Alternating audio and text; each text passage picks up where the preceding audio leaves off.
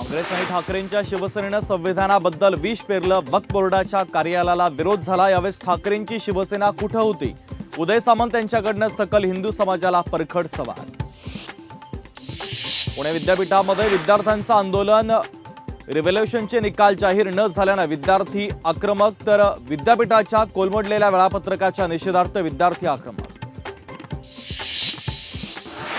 ठाणे जिल्ह्यातील मुरबाड बस स्थानकाचा कायापालट होणार। राज्य सरकारकडून 13 कोटींचा निधी मंजूर। मुरबाडमध्ये एसी बस सुरू करण्यासंदर्भात देखील घोषणा। विधानसभेसाठी नवनीत राणांनी कसली कंबर। दर्यापूर विधानसभा मतदारसंघातून निवडणूक लढण्याची शक्यता। दर्यापूरमध्ये नवनीत राणा यांच्याकडनं रोज लोकांच्या गाठी भेटी।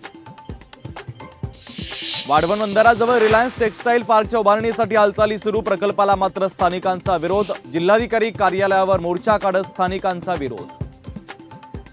दिवाळीच्या पार्श्वभूमीवर नाशिक महानगरपालिकेच्या कर्मचाऱ्यांसाठी मोठी घोषणा। कर्मचाऱ्यांसाठी 10,000 रुपयांचं सानुग्रह अनुदान जाहीर।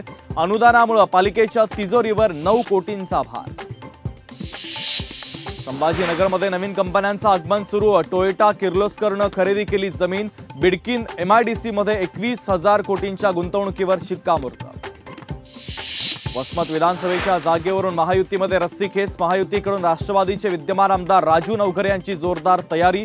शिवसेनेकडून राजू चापके यांचा विधानसभेवर दावा। काँग्रेस सर्वेक्षणाच्या आधारे उमेदवार निवडणार। काँग्रेस तब्बल 3 वेळा सर्वेक्षण करण्याची शक्यता। काँग्रेसकडून सहज उमेदवारी मिळणं शक्य नाही। सलग 4थ्या दिवशी शरद पवार इच्छुकांच्या मुलाखती घेणार। आज पश्चिम महाराष्ट्रातील इच्छुकांना शरद पवार भेटणार। निसर्ग मंगल कार्यालय येथे शरद पवार मुलाखती घेणार। अजित पवार पुन्हा संतापले। अस्वच्छतेमुळे पालिकेच्या कर्मचाऱ्यांना सुनावले खडे बोल। शहराला इतका निधी देऊनही शहरात अस्वच्छता का? अजित पवारांचा संतप्त सवाल। ट्रम्प यांच्या प्रचारासाठी एलॉन मस्क मैदानात। एलॉन मस्क यांनी ट्रम्पसाठी सुरू केला प्रचार। ट्रम्प यांच्यावर झालेल्या हल्ल्याच्या ठिकाणी एलॉन मस्क यांनी केली प्रचाराला सुरुवात। लोकशाही मराठी ऐका, पहा, जागरूक रहा।